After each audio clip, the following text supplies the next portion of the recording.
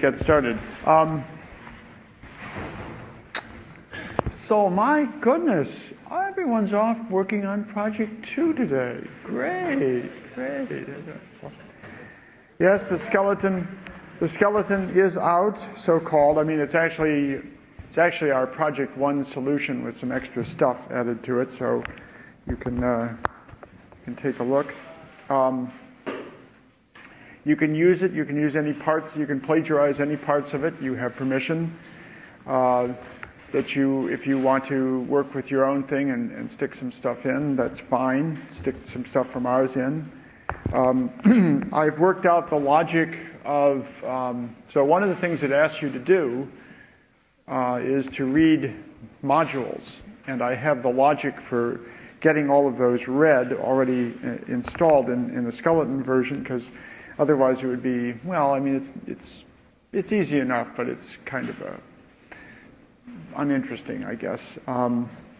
So the thing as it currently stands will read in all of the modules that you can reach, including built-in, plus all the things that you can reach by imports clauses. And all you have to do is fill in the semantics. Now, there is I'm sorry. At the moment, the test directory is missing. Of course, you'll have all your own tests anyway, so you don't. The only thing that's particularly useful in there will probably be the little test script that I have that exploits a feature of PyUnparse to check that you've got scope rules right. Basically, what it does is it looks at all the it looks at all of the identifiers that you have marked with the same decal, the same declaration index. Those are supposed to be the same. So, given that they're the same, it should be possible to do a replacement of their names with other names and get a working program. So that's what it tries to do. And assuming that obviously if you've got two things marked as the same or if you have two things marked as different decals that aren't, then the thing will cause a problem. So we'll see. Okay. All right. So let's see what else. Yes, the tests are being worked on. Don't worry. We'll get them back to you as soon as possible. As well as all the homework grading. Yes, I know we have to do that too. So that will happen too. All right. So where is everybody today anyway? Just out of curiosity, is this? Huh? It's Friday. Is that it? Yeah, that's true. Oh, it is? Oh, yeah. Well, that's right. I don't have to come in on Sunday, do I? All right. Let's just finish up this particular batch of slides, and then get into a related topic that I think is kind of fun. Even though, again, it's one of these academic things in the sense that you won't see it in this project, although you might see it in others. So we were busily going through working out type rules. Here is a rule for doing call, assuming that you have just a single, assuming that we're talking about functions with a single argument. So we imagine that there's an AST node that we represent in this prolog notation, this prefix prolog notation, as call anything with any argument list. So the second thing is the argument list, and the first thing is the function. So this would be a tree. This would represent a tree with call at the top and E1 as the left child, and a list containing E2 as the right child. And we say that this is correct in types to type T in a given type environment. What that means, we assume that that's true if the following things are true. First, the type of the function is, the type of E1 is some function type. Some function type, call it, say that it takes an argument of type T1 and produces T. Again, we're just going to worry about, I don't have the parentheses around T1 the way we did in the project, because we're only going to deal with one argument functions, and I'm trying to keep it simple. So that's fine. What on earth is that? Okay. So that's fine. And we say, and also the type of T2, the type of E2 has to be some type T1A, also in the environment. And T1A has to be a subtype of T1, or has to be assignable to it has to be a subtype of T1. So you may puzzle over that a little bit, but it's pretty straightforward. It just means you sort of read it right to left if you want. Or you can read it in both directions. You can say to show that the call is correctly typed, and that that call has type T. Show first of all that the first argument E1 has some function type, any function type. Show that the second argument has some type, and that type is a subtype of the argument to the function. Sort of duh. I mean that's how it works. And this rule captures what it means to be. This rule captures functions or function calls or simple function calls. Now you might ask what to do about multiple types. That's actually an interesting question. And at some point, I think in the next lecture slides, there's a little comment on exactly that point, because there's a trick that we typically use that allows this rule here to work for multiple function calls with multiple arguments as well. But now here's a little kicker here. This one is a little bit complicated, and it's the rule for conditional expressions. So in Python, those are the things that you write. Expression 1 if expression 2 else, or if condition else expression 2. All right. So in C you write it that other way. You write it with the question mark and the colon. In Algol 68 you write it as if then else.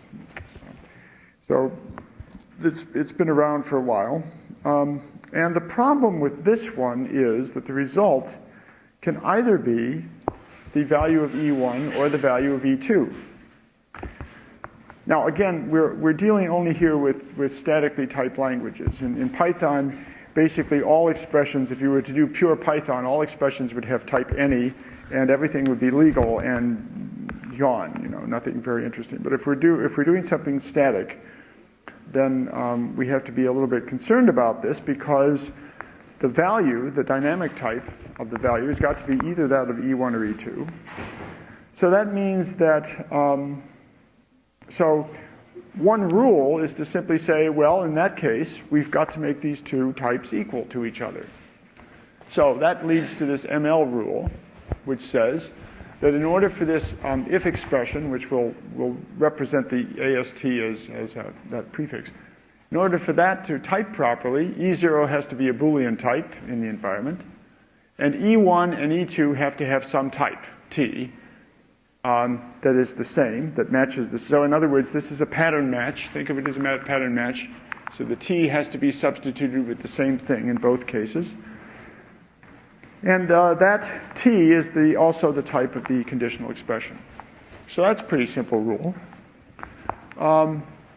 Now, if we want to do it a little bit more carefully, we can, or if we want to be a little more loose with it, we can say something like this. We can say that T is that the type of these two, of E1 and E2 are just some types, T1 and T2, and T, the type of the result, is the least upper bound of T1 and T2. Which is an interesting, I mean, that's a funny concept. You probably heard the term least upper bound. It's usually applied to numbers. A set of numbers, the least upper bound is the smallest number that's at least as large as everything in that set.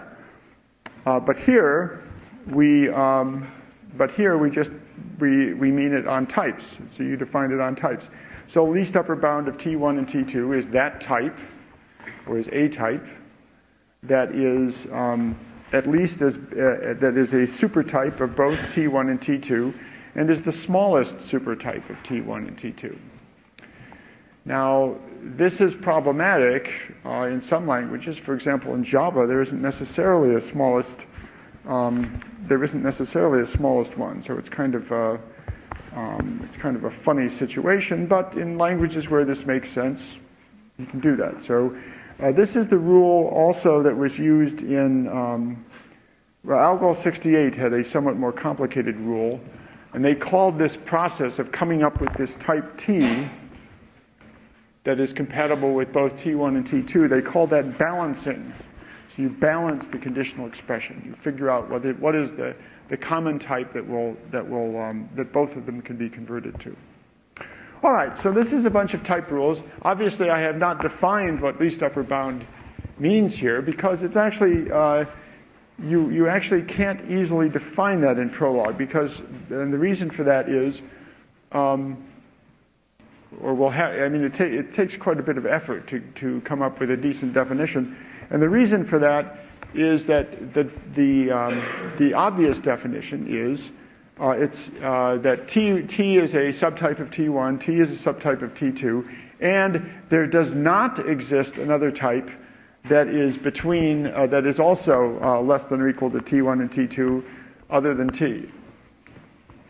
And I'm sorry, that's greater than T1 and T2 other than T.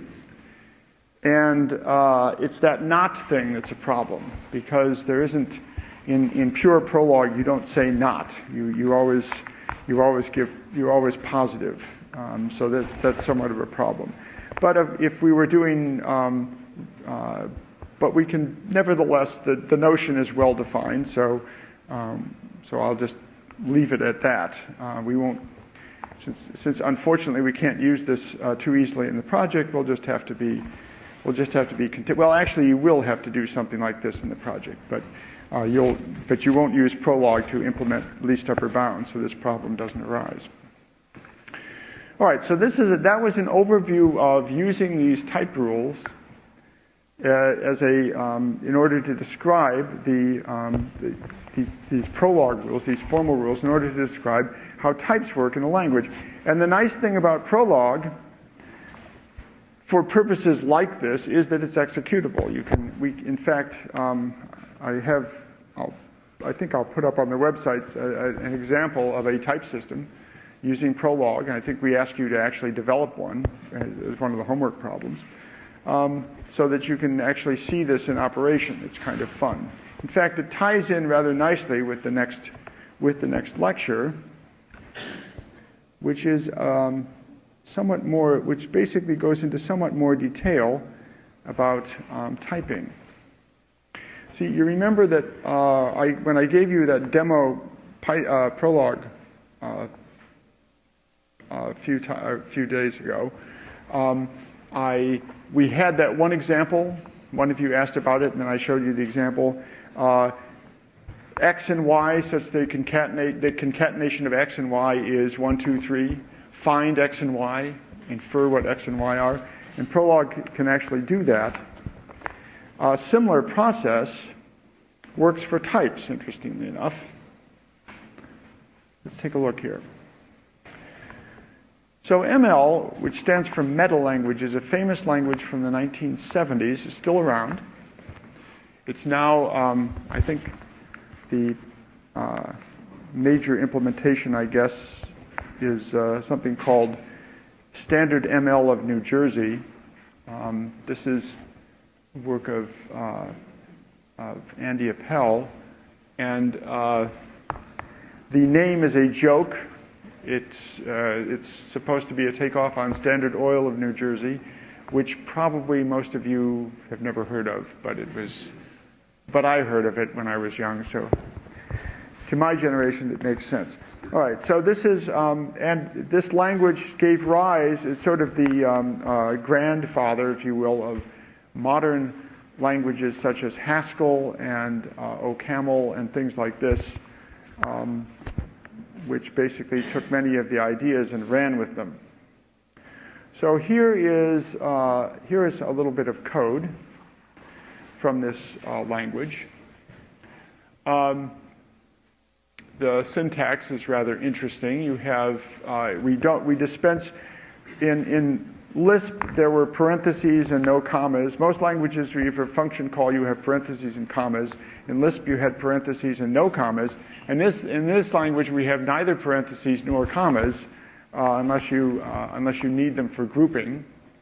So let me read that first one to you. It says that that map is a function. And when it is applied to an argument f and the empty list, then the result is the empty list. And when it is applied to some argument f and a list whose head is A and whose tail is Y, then the result is a list whose head is F applied to A and whose tail is map applied to F and Y. I think you've seen this definition before. So we can infer a few things. : is the cons operator. Map is the map operator, the map function. And bracket is the empty list.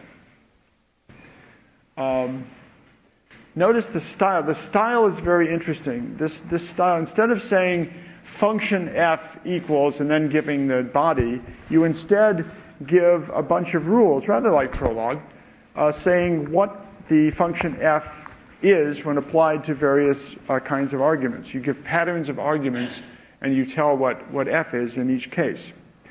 So actually, you could condense these two things into one function that said map is map of f and x is equal to, and then have a conditional expression that says it's equal to the empty list if the left-hand side is the empty list and so forth. But this is the more traditional style.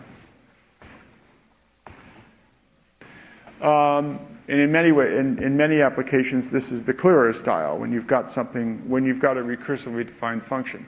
So reduce is the reduce function, and it says that if I give it this is left reduce, I think. Yeah, this is left reduce.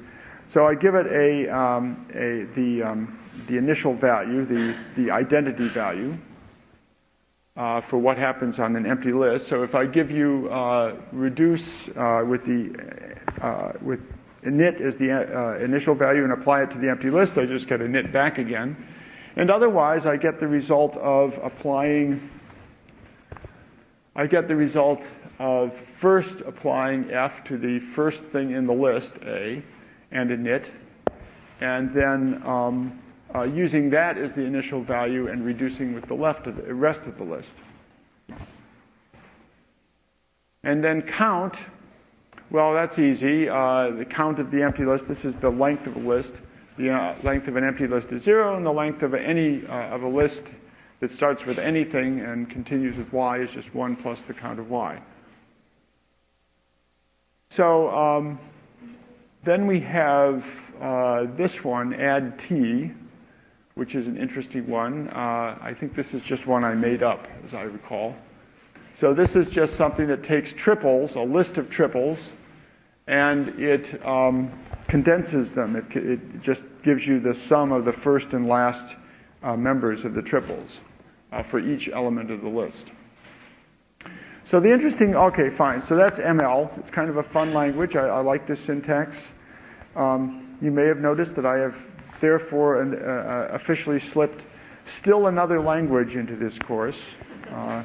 Let's see, we've had Python, we've had C++, we've had Prolog, now we have ML.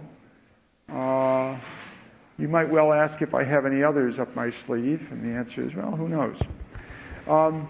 So the interesting thing about this language is that it is statically typed. There isn't a type in sight, you don't see anything, but it is statically typed in the sense that the compiler can ascribe to every single expression, every single variable, it can ascribe a type. It knows what the type of everything is. Now, in fact, in the full language, you do have to occasionally say a little bit more, but for the purposes of this course, we'll look just at this simple little example here. So the compiler will therefore reject these bad calls, like calling map without giving it a proper function, calling reduce, what's wrong with, oh, I see, calling reduce and giving it an initial operator that you can't add to something. So this reduce requires that you have integers, but you give it an initial value that's not an integer. And it does this, it deduces the types. It figures out what the types must be based on the expression. So this is kind of cute, just like Fortran. Well, in Fortran you had to be explicit. If the thing started with I through n, then it was an integer. And that's nice, but it isn't exactly, doesn't take much in the way of deduction. This is actually kind of interesting. So here, for example, the compiler deduces that this add function, which basically adds, it's basically reduce on applied to the add operator in 0. It figures out that this thing has to have a type. Its type is list of integers, which in ML you write as int list for some reason. List of integers, and its output is an int. So it figures that out. And it does this by looking, because it knows a few basic facts. It knows that 0 is an integer literal and therefore has type int. Therefore, it can deduce from that first line that add must be a function that returns type int. It also knows that open, closed bracket, and colon give you lists. Therefore, it knows that add must take a list as its argument. And finally, it knows that the plus operator yields C. Plus yields int. It also in ML it also takes operations of type int. Takes operands of type int. So that tells you that this not only must be a list as its argument, but it must be a list of integers. So it puts those three facts together and it deduces the type of this. What happens when you apply it to this count thing? Well, now here the thing about count is that this procedure obviously works for any kind of list. It would work for any kind of list. So it's obviously not going to be able to tell you that the thing has type. It's not going to be able to tell you what type of list this thing takes. In fact, it could be any kind of list. And ML allows this, and the compiler will tell you that the type of this thing is alpha list to int, where alpha can be any type. It's a type parameter. So we say that count is a polymorphic function. It takes and it sort of the parameter being alpha, being the type of input, or the type of list value. So the way that we're going to do this, the strategy for doing this, goes like this. We have something that we wish to type. So, well, first of all, we'll give every variable that we don't know, whose type we don't know, we'll give it a type. We'll give it a variable as its type. So I'll say add is of some type. I don't know what its type is. It's of some type alpha. Beta is of some type. B is of subtype. A is of subtype beta, and L is of some type gamma. We don't know what those types are yet. But we do know, or well, we will shortly, the rules of the type rules for ML. And from those type rules, we can figure out relationships between these types, between the types of the operands, and therefore between the types of alpha and beta and gamma. And in fact, what we'll get when we apply these rules is a great big set of equations between of expressions that have type variables in them. And so we solve those equations and we have inferred the type. And the interesting thing is that solving those equations is turns out is a form of pattern matching. In fact, it turns out to be exactly the same kind of pattern matching that Prolog does when it's just solving programs. Kind of interesting. Okay. So let's delve into how this is done. We start with a primitive. We'll just have a simple type language that we'll do this with as a means of demonstration. So we'll have some primitive type. So we'll start with the following. We'll have some primitive types like int and bool.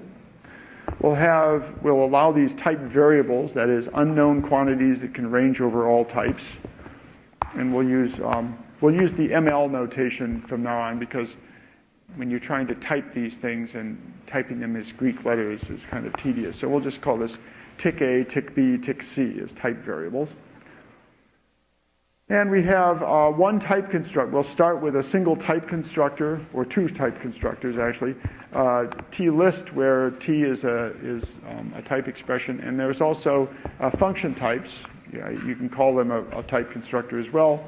D and C, where D goes to C, where D is the type of the domain and C is the type of the codomain. Hence the letters D and C. So the problem is that we will now formulate equations involving these expressions. So we'll make these. We'll have something on the left side, which is a combination of these elements, and we'll have something on the right side of the equation, and we'll have a bunch of these, and we'll find a substitution for all of the type variables that makes all of the equations equal, or not, if there's a type error. So let's look at how we do this. Look at a simple example. So I'm told I figured out that something is of type int list, and I know that it's the same type as something that, and I know it's the same type as something that's tick A list, in other words, some variable list. I know that these two are the same. I have an equation that says that. How do I solve this equation? Well, duh. You simply substitute int for A, and that solves the equation. Int list is equal to int list. Nothing to it. Okay, well, that's pretty easy.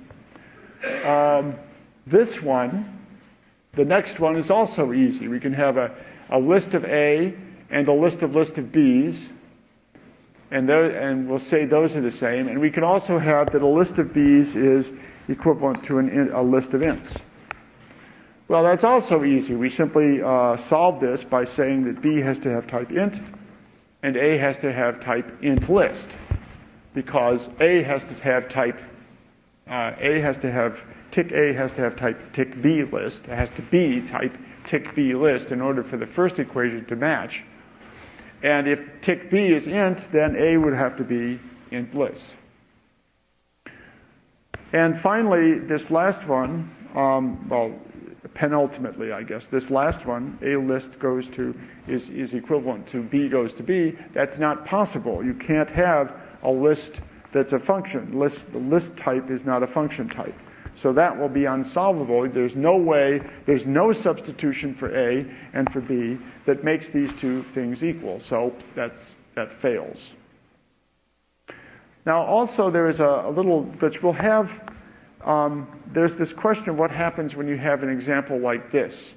Tick A is equal to is a list of Bs, A is a list of Bs, and B is a list of A's, where B is type list of A and A is type list of B. Well, obviously, the only solutions to this are infinitely long. The solution would be something like, for example, one solution would be list of so forth forever int.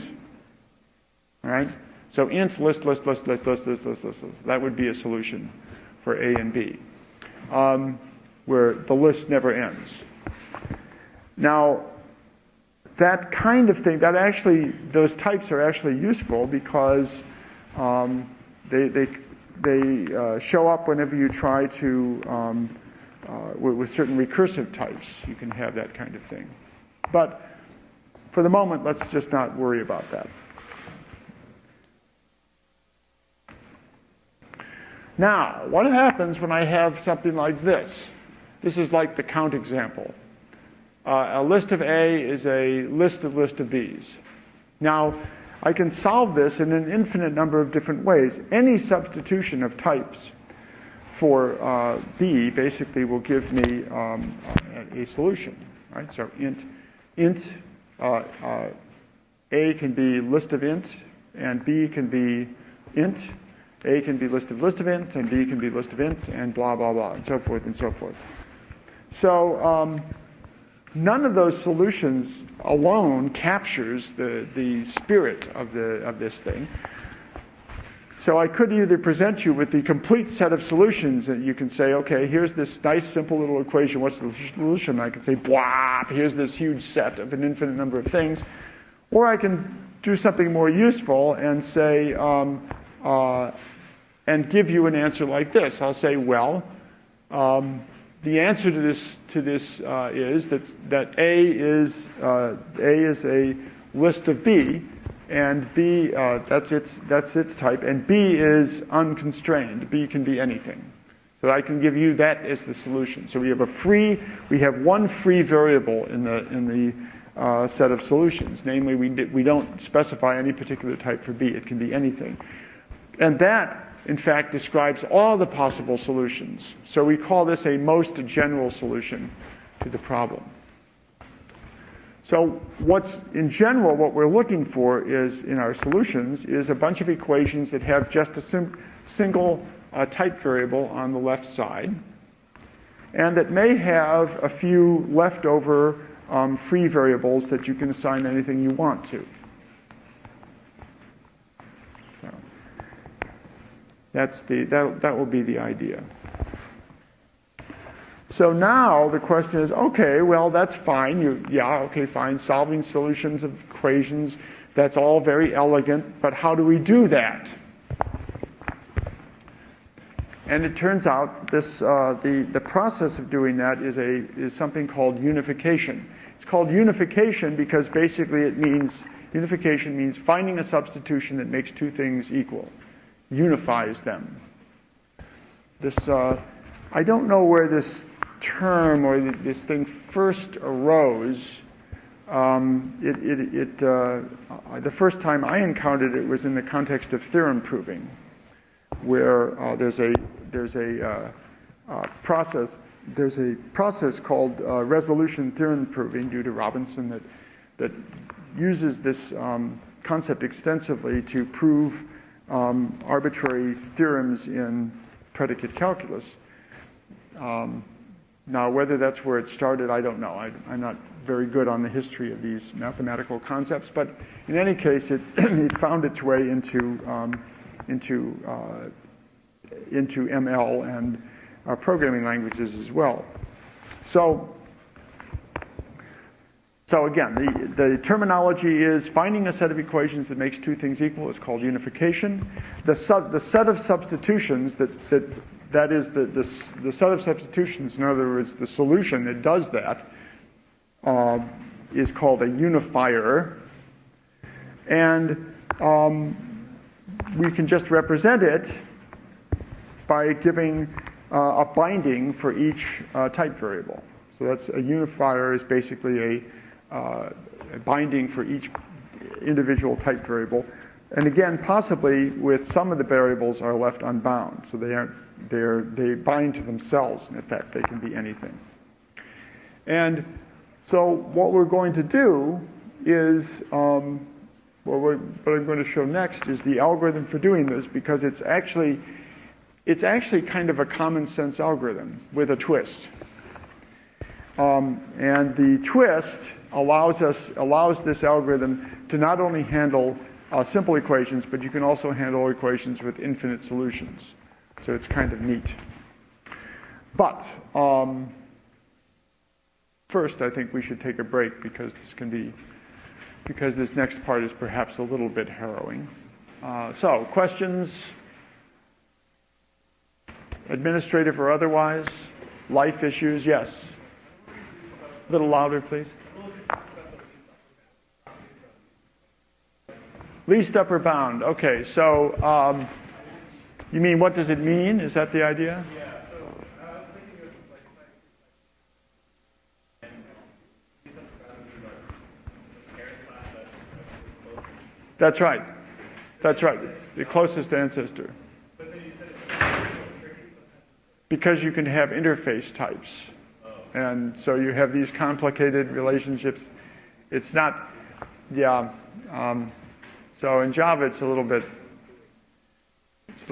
fraught, but right. So it can get tricky. So don't worry. We're not. I mean, we could get into the details of this sort of thing, but I'm not going to strain you in this particular course. You can take the graduate version of 263 or something if you want to learn about that. Yeah.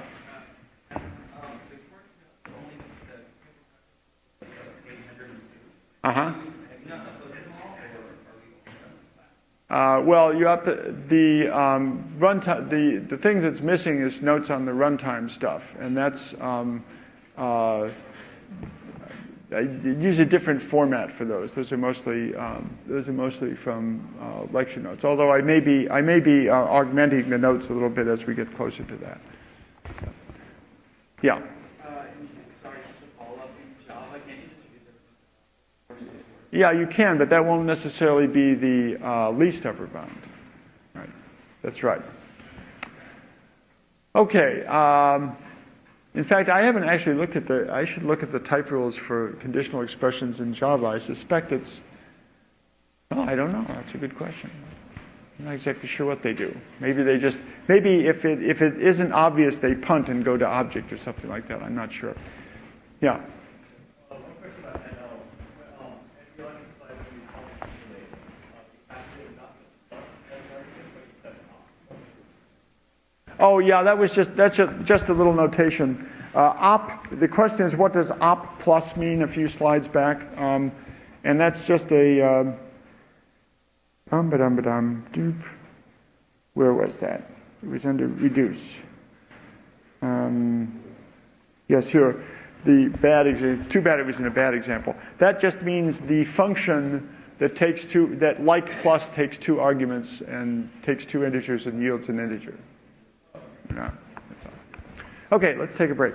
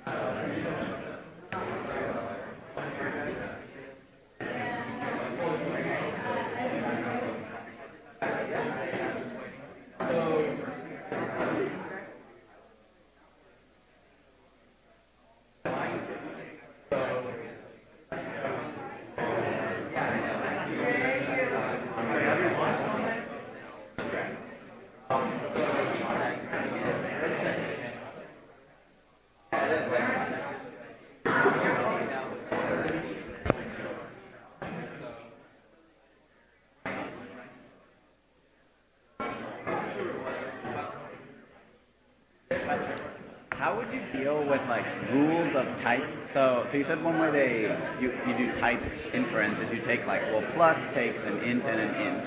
Mm-hmm. What about in languages where plus is like in Java, plus is kind of overloading to take a float and an int and a float and a float and like a string and a string. Yeah, but there you can use. Well, there are various approaches. You can get a kind of a backtracking search. I'm not sure what the complete generalization is, but that kind of thing eventually does introduce problems, yes, as you might imagine. So are they careful with the language? And yes, okay, they're very careful. These are very careful people who do these languages, yes.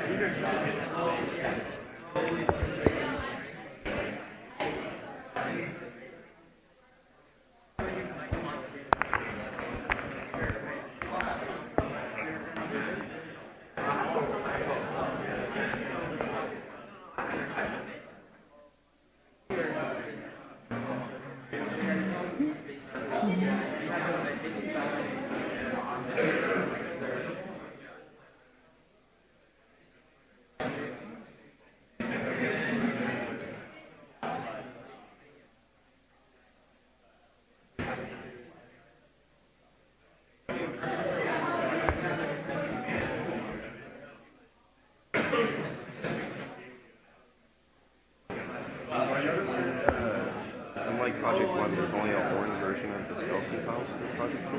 For Project 2, yes. Is there a plan to release an alternative? No. Okay. But you can adopt. I mean, if you've got if you have a solution of your own in .Wi-Fi, you can adopt. Okay. Most of the other stuff is the significant other stuff is just dealing with imports, and you can sort of copy my scheme for the most part, I think. So. Yeah.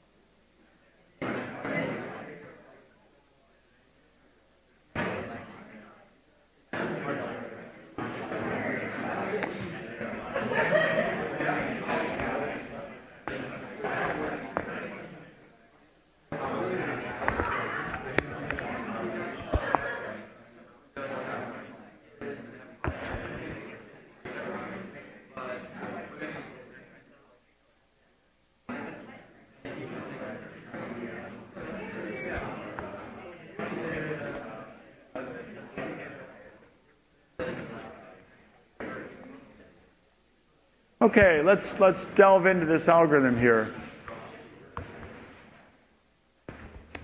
So here's the idea. We assume the ground rules are that we'll assume that we have a bunch of type variables and that there is this function binding. Now, if you look at the definition here closely, a variable is either unbound, in which case its binding is just itself, or it's bound to something, in which case you then ask, what is that thing that it's bound to? What is that bound to? That carries on for as long as necessary. So a type variable can be bound to another type variable, which is bound to another type variable. And this binding function will get the ultimate thing that's at the end of that chain. So now the idea is that we will treat the types that we are unifying, we will treat them as objects. In other words, we're not interested in, we're thinking of them as as objects sitting here. So if we have two different lists of ints, if we have a list of int here and we have a list of int here, we'll consider those as two different objects. As if even though they represent the same type, but for the moment we're thinking objects. So thinking objects, this is the general algorithm. It goes like this. First thing we do is we figure out we have these two things that we are trying to unify. The first thing we do is we find what they're bound to, if anything. They're either bound to themselves or they are they aren't. So you find whatever they are ultimately bound to. And then if they're the same, if those are the same thing, if they're the same object, is in Python is the same as equals in Java when applied to objects. It asks, is this the same object, the same pointer? If those are the same, if they're bound to the same thing, then obviously, yes, we've unified them. It's true. Everything's fine. It's okay. If not, then there are several possibilities. One possibility is that the left type is just a type variable. Since we've computed it by doing binding of, the only way it can be a type variable is if it's not bound to anything. So we will bind it. We will bind that type variable to the other object. So now from now on, that type variable is bound to the other object. And that's true. I mean, in other words, if I'm asked to bind alpha to anything, if I'm asked to unify alpha with anything, I can say, well, that's obvious. I'll just substitute the anything for alpha, and that's my binding. Right? Now, if that otherwise, what I'm going to do is I will bind TB to TA. That is, I will take these two objects, the object TB, and I will say, you are now, from now on, you are the same as TA. And by doing that, I reduce the total number of objects that I'm dealing with, and therefore I prevent an infinite recursion. Now, let's see. TB could have been a type variable. In other words, a previously unbound type variable. If that's the case, then again, we're done. So everything was fine. Otherwise, I might have just done a bad thing. I might have just said, I will bind list of int to function of int to something. And that's a naughty thing. So I'd better check that I'm doing the right thing. So I will check to make sure that, and I'll check to make sure that, why is it that this, I see. So I'll look to see whether both of these are types having the same form. So C is some type constructor, like the function constructor or list. And these things here, or I guess another possibility is that C could be one of the primitive types, and there are 0 TAs here. So both of them have to have the same C, the same type constructor or primitive type, and if that's and assuming that's the case, then all of the corresponding types here have to unify with each other.